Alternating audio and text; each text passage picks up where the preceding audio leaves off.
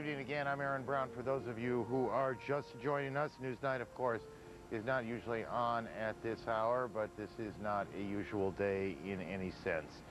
What brings us here tonight, of course, is the terrible events of yesterday and the investigation which is now underway to figure out why yesterday's tragedy happened. The astronaut should have been safely home by now, back in Houston after landing in Florida. There are a lot of things that should have been. Across Texas, East Texas, parts of Louisiana, there are debris fields that stretch for miles and miles. Thousands of pieces have been found. Millions of pieces need to be found before the forensics of this investigation can be done in total. We will, in this hour, take a look at the investigation, take a look at some of the lives of the astronauts, talk with former astronauts as well. We have a lot to do in the hour ahead. We're pleased that you're with us on this Sunday night from Houston, and we begin, as we always begin, an hour on Newsnight with a whip to give you a quick look at what's going on in the hour ahead, and we begin that with Miles O'Brien, who's covering the investigation and has been from the start. Miles, this hour, tell us what you'll take a look at. NASA has told us quite a bit about the evidence they have so far in this investigation in its earlier stages, and the evidence they have so far clearly points to a failure of some of those heat-protecting tiles on the belly of the Space Shuttle Columbia. The question we don't know is what caused them to fail. Miles, we'll get to you and that at the top of this hour. Houston was tracking the shuttle, of course, from the Space Center, but it was due to land in Florida. John Zarella was prepared for the landing that never happened. John, a headline from you tonight. Aaron, with the space shuttle grounded, NASA now has to figure out what to do with the crew that is orbiting the Earth in the space station. And they will likely have to remain in space a little bit longer than they had planned. Aaron? John, thank you. The dimensions of this tragedy extend from Houston across the United States to the nation of Israel and to India as well, because one of the American astronauts was Indian-born. Satinder Bindra is in New Delhi tonight. A headline from you, please. Aaron, here the morning continues. Kalpana Chawla, of course, as you said, was born here. She had a huge fan following here, and the local government of the area in which she was born in, Aaron, has now declared 2 days of state mourning. Back to you. Satinder, we'll get back to you shortly, too. And the sad duty today outside the Space Center Memorial that has gone up as you drive into the Space Center. Jeff Flock out there tonight. Jeff, a headline quickly, please. Aaron, the burden of grief being shared tonight in the community that knew the astronauts best. We'll have the latest from the gate of the Johnson Space Center. Thank you, Jeff. Back to you and the rest shortly. Also coming up in the hour, a look at the way the rest of the world has reacted to this terrible event that has befallen the United States and the people of the United States from Israel and beyond.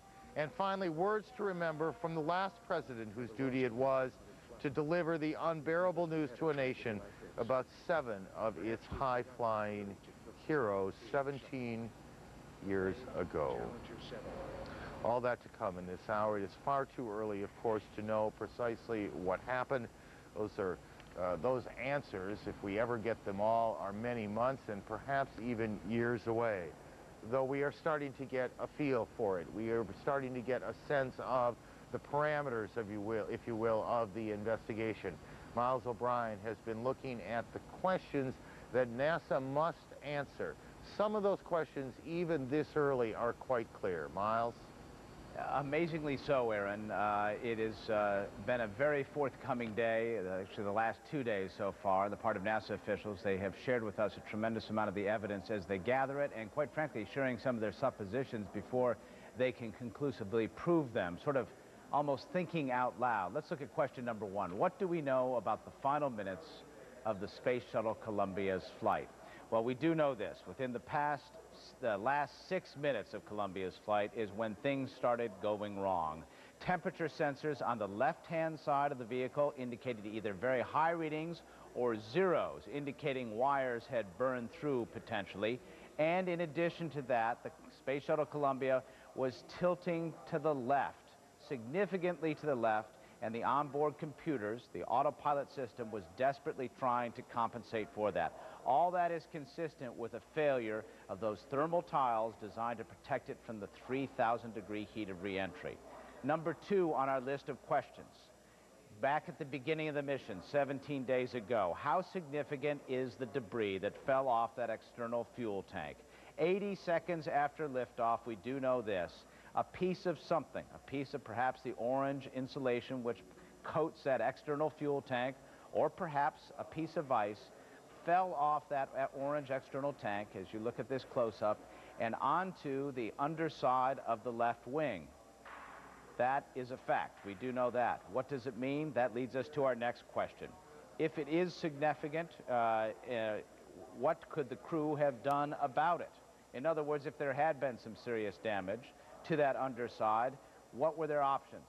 Well, NASA very early on in the space shuttle program considered the possibility of equipping crews with a tile repair kit, because those tiles are so crucial, and they did know that a scenario like this could happen, where a cluster of tiles broke away and the orbiter would be susceptible to just what we have witnessed. The answer is it was deemed impractical. Number 1, access is an issue. Getting out there in the void of space, putting something on and repairing tiles was something that was determined to be impossible. The short answer is they had 0 options. Number 4, let's talk about those tiles. How important are they? We often overlook the basics here. 27,000 tiles on the orbiter Columbia. 3 different versions of them, some of them able to withstand higher degrees of heat than others. The black tiles on the bottom taking up to about 2,300 degrees. The idea on those tiles, to shed the heat away from the aluminum frame of the orbiter and protecting it from the heat, allowing only about 300 degrees, 350 degrees in temperature to reach that aluminum skin, which is very thin. Without those tiles, a shuttle cannot survive re-entry. Now, how will NASA put the pieces of this puzzle together? That's our final piece of of our questions. They have layer upon layer of teams looking at this, and it sounds like a lot of bureaucracy, but this is what NASA does do well. They take very complex problems and they break it down to its tiny constituent parts, and working together in a cohesive way, they will try to coalesce around some suppositions which lead them to some realistic conclusions. They have a lot of data in their computers. They have a lot of pieces on the ground. Somewhere there are the answers, Aaron.